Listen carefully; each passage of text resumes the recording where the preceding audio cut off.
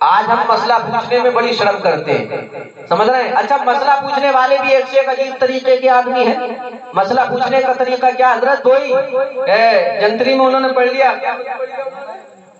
کہ بھائی رومالی والا پیجامہ پہن کر کے نماز ہوگی کیا نہیں، اس طرح سے جو ایک مسئلہ جو چلتا ہے، سمجھ رہے ہیں؟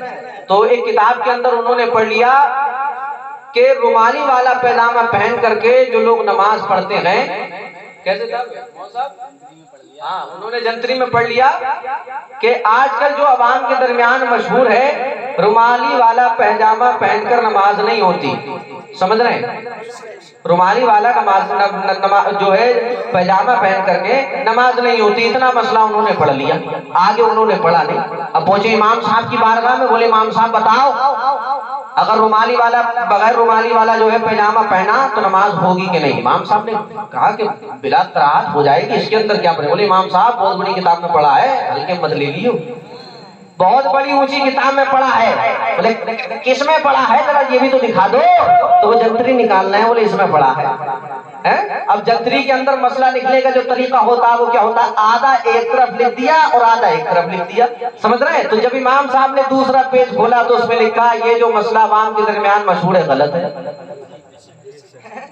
یہ جو مسئلہ عوام کے درمیان مشہور ہے یہ غلط ہے۔ تو آج ہم مسئلے امام سے نہیں پوچھتے، سمجھ رہے ہیں؟ کسی کو توفیق ہی نہیں ہے، 70 سال کی عمر ہو گئی اور ان سے پوچھو میاں رکوع میں کیا پڑھتے ہو تو کہتے ہو سبحان ربی العظیم، سبحان ربی العظیم، اللہ اکبر، معاذ اللہ رب العالمین۔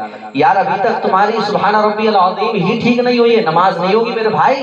نماز سبحان ربی العظیم جو پڑھنے کا طریقہ ہے اسی طریقے پر پڑھا جائے تب نماز ہوگی، اگر جیم کے ساتھ میں پڑھ دیا نماز ہوگی نہیں۔ جسے نہیں کہا جا رہا ہے تو مسئلہ یہ ہے کہ وہ سبحان ربی الکریم ہے، مسئلہ یہ ہے۔ لیکن سرکار کے صحابہ اکرام کتنا شوق و ذوق رکھتے تھے، سمجھ رہے ہیں؟ کتنا ذوق و شوق، سرکار کی بارگاہ میں پہنچے، عرض کرنے لگے یا رسول اللہ، اے پیارے آقا کریم صلی اللہ تعالیٰ علیہ وسلم، اللہ رب العزت نے درود پڑھنے کو کہا ہے، اللہ رب العزت نے سلام پڑھنے کو کہا ہے، لیکن یا رسول اللہ درود پڑھنے کا طریقہ کیا ہے؟ ہم درود پڑھیں تو کس طرح سے پڑھیں؟ درود پڑھنے کا انداز کیا ہونا چاہیے؟ سرکار نے ارشاد فرمایا تم اگر درود پڑھو تو اس طرح سے پڑھو، اللہم صلی علی محمد وعلی آل محمد، یعنی درود میں میری آل کا نام ضرور لو، میری آل کا ذکر ضرور ہونا چاہیے۔ ایک مقام پر سرکار نے ارشاد فرمایا کہ میں نے دیکھا ہے کہ لوگ ناقص درود پڑھتے ہیں، لوگ آدھا درود پڑھتے ہیں۔ سرکار کے صحابہ اکرام حیرت میں پڑ گئے، عرض کرنے لگے اے اللہ کے نبی ہمیں بتائیے کہ آدھا درود کون سا ہوتا ہے، پورا درود کون سا ہوتا ہے؟ میرے سرکار نے ارشاد فرمایا آدھا درود یہ ہے اللہم صلی علی محمد، جو یہ کہہ کر کے چھوڑ دیتا ہے وہ ناقص درود ہے جب تک کہ اس کے اندر میری آل کا ذکر نہ کیا جائے، میری آل کا شمار نہ کیا جائے۔ تو پورا درود یہ ہے اللہم صلی علی محمد وعلی آل محمد۔ ایک مقام پر سرکار نے ارشاد فرمایا من صلی صلاۃ لم یصلی فیہا علی وعلی اہل بیت لم تقبل من، جس نے نماز پڑھی اور اس نماز میں اس نے مجھ پر درود نہیں پڑھا، میرے اہل بیت پر درود نہیں پڑھا تو اس کی نماز نہیں۔ اے میری ملت کے نوجوانوں توجہ کرنا، آج دنیا کے اندر امام حسین کے عاشق بھی موجود ہیں، امام حسین سے بغاوت کرنے والے بھی موجود ہیں، جنہوں نے اپنی کتاب کے اندر یہ لکھ دیا معاذ اللہ رب العالمین کہ امام حسین بادشاہ وقت کی بغاوت کر رہے تھے، امام حسین معاذ اللہ رب العالمین باغی تھے۔ میری ملت کے نوجوانوں توجہ کرنا، یہ ان کے عقیدے ہیں، یہ انہوں نے اپنی کتابوں میں لکھا ہے، لیکن میں یہ دعوے کے ساتھ میں کہتا ہوں اگر کوئی وہابی میرے رچھولا کے اندر آ جائے، میرے گاؤں کے اندر آ جائے اور میرے کسی گاؤں کے بچے سے اٹھا کر کے یہ پوچھ لے کہ بتاؤ حق پر کون تھا، بتاؤ بادشاہت کون تھی، بتاؤ بادشاہت کس کی تھی، بتاؤ بغاوت کون کر رہا تھا، یزید بغاوت کر رہا تھا یا حسین اعظم بغاوت کر رہے تھے، بتاؤ کون بغاوت کر رہا تھا؟ تو یاد رکھو رچھولا کا بچہ بچہ یہ کہتا نظر آئے گا امام حسین حق پر تھے اور یزید امام عالی مقام کی بغاوت کر رہا تھا۔ یا رسول اللہ، بغاوت کر رہا تھا۔ زندہ باد، زندہ باد، توجہ فرمائیے، کس کی بغاوت ہو رہی تھی؟ امام عالی مقام کی بغاوت ہو رہی تھی، سمجھ رہے ہیں؟ یزید کی بغاوت کوئی نہیں کر رہا تھا۔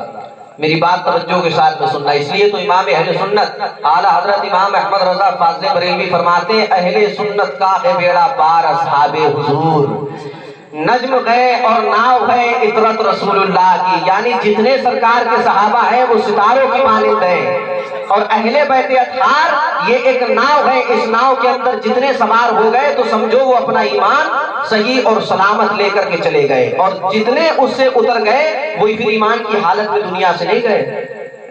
اللہ رب العزت نے کتنا اونچا مرتبہ عطا فرمایا۔ توجہ کرنا عزیزان ملت اسلامیہ، قرآن پاک کی ایک آیت کریمہ ہے، اللہ رب العزت نے ارشاد فرمایا فَقُلْ تَعَالَوْا نَدْعُوا أَبْنَاءَنَا وَأَبْنَاءَكُمْ وَنِسَاءَنَا وَنِسَاءَكُمْ وَأَنفُسَنَا وَأَنفُسَكُمْ۔ اللہ نے ارشاد فرمایا اے محبوب ظالموں سے کہہ دیجئے کہ تم اپنی اولادوں کو بلاؤ، تم اپنے بچوں کو بلاؤ، ہم اپنے بچوں کو بلاتے ہیں، تم اپنی عورتوں کو بلاؤ، ہم اپنی عورتوں کو بلاتے ہیں، اور تم جو ہے اپنی جانوں کے ساتھ میں آؤ، ہم اپنی جانوں کے ساتھ میں آتے ہیں۔ میری ملت کے نوجوانوں توجہ کرنا، اس آیت کے شان نزول کے اندر علامہ سید نعیم الدین مراد آبادی علی رحمت و رضوان فرماتے ہیں کہ نبی کائنات کی بارگاہ میں چند نصرانی آ گئے، آنے کے بعد میں سرکار کی بارگاہ میں سوال کرنے لگے بتائیے آپ کا عیسیٰ علیہ السلام کے تعلق سے کیا عقیدہ ہے؟ میرے سرکار نے ارشاد فرمایا حضرت عیسیٰ علیہ السلام اللہ کے نبی ہے، حضرت عیسیٰ علیہ السلام اللہ کے بندے ہیں۔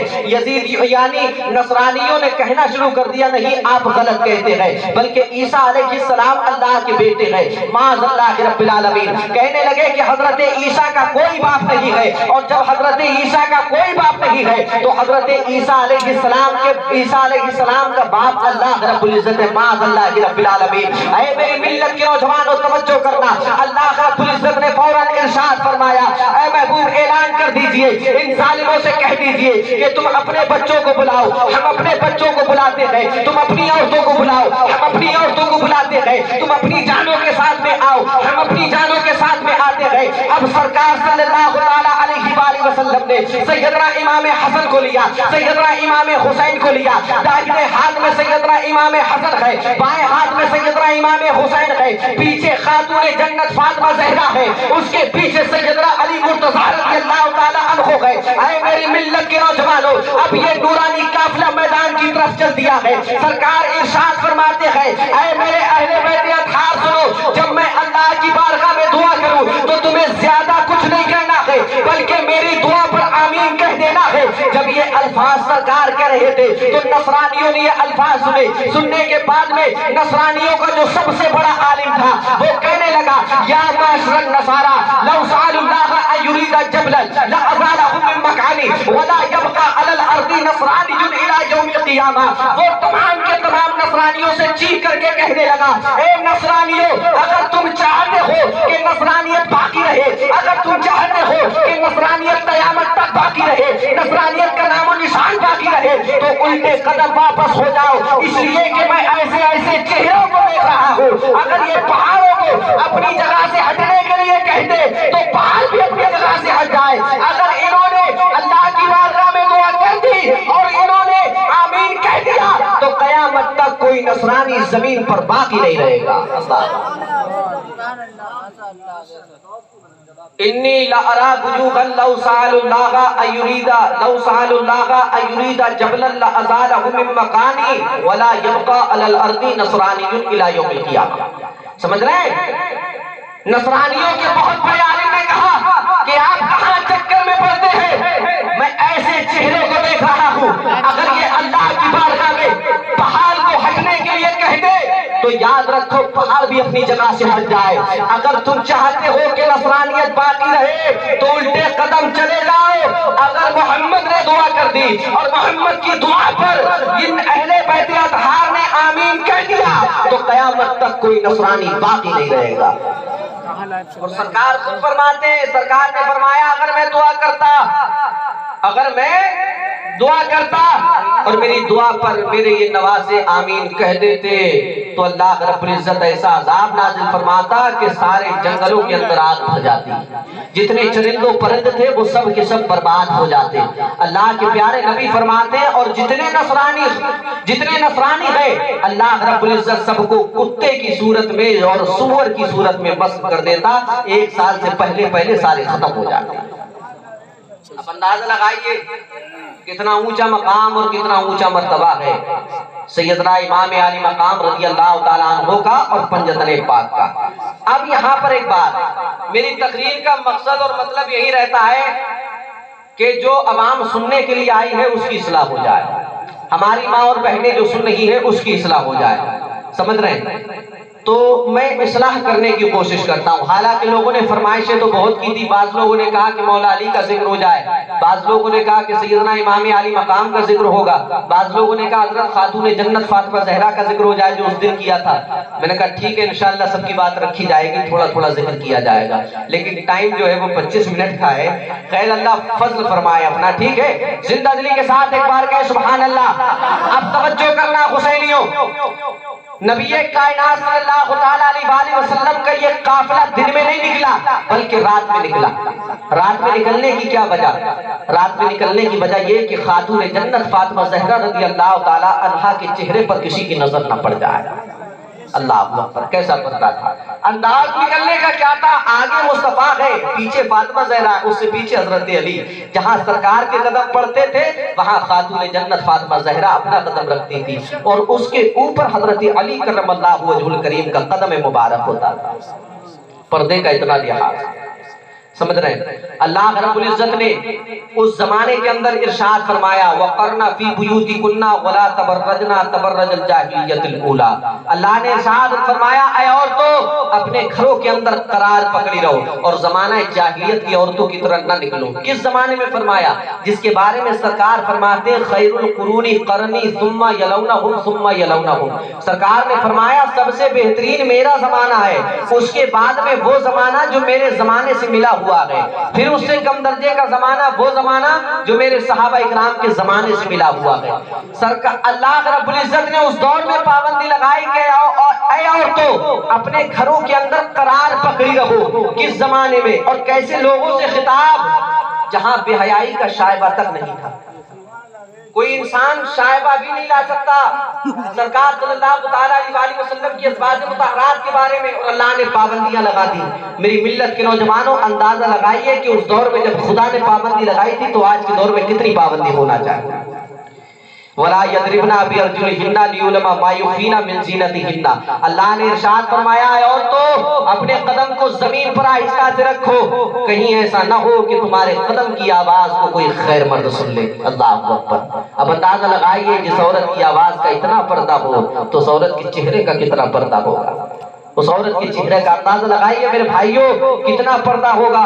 آج بڑا دکھ ہوتا ہے غیر مسلموں کے ساتھ میں مسلمانوں کی بچیاں فرار ہو رہی ہیں، یار کیا ہو گیا؟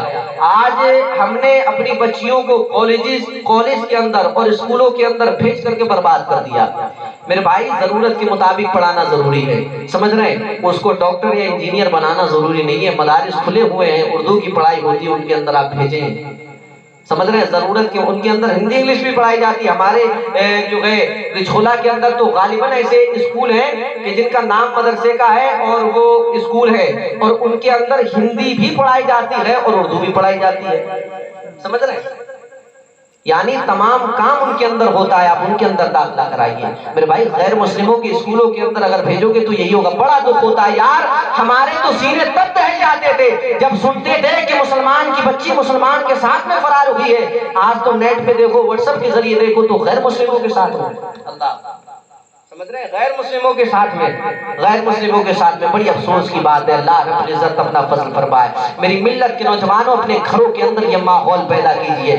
ہمیں اور آپ کو سب کے اوپر یہ لازم ہے کہ جس پر ہمارا حق ہے تو ہم اس سے منع کریں۔ اگر وہ بے حیائی دکھاتی ہے تو ہم اس سے کہیں کہ میں تیرا بھائی ہوں یا میں تیرا باپ ہوں، میرا یہ حق ہے کہ میں تجھے روکوں۔ عزیزان ملت اسلامیہ، ہمیں اور آپ کے اوپر لازم یہ ضروری ہے کہ اپنے گھروں کے اندر اسلامی ماحول پیدا کریں۔ سرکار صلی اللہ تعالیٰ فاطمہ زہرا رضی اللہ تعالیٰ عنہ کے تعلق سے فرمائش تھی، پڑھتا ہوں ملاحظہ فرمائے، توجہ کرنا۔ سرکار صلی اللہ تعالیٰ علیہ وسلم کا زمانہ ہے، سرکار کی پاک مجلس سجی ہوئی ہے۔ میرے سرکار نے ارشاد فرمایا بتاؤ سب سے بہتر عورت کون سی ہے؟ سرکار صلی اللہ تعالیٰ علیہ وسلم نے سوال کیا ہے بتاؤ بہتر عورت کون سی ہے؟ مجمع دیکھیے کیسے صحابہ اکرام اس کے اندر موجود ہیں۔ حضرت ابو بکر صدیق اس مجمع کے اندر موجود ہے، حضرت عمر فاروق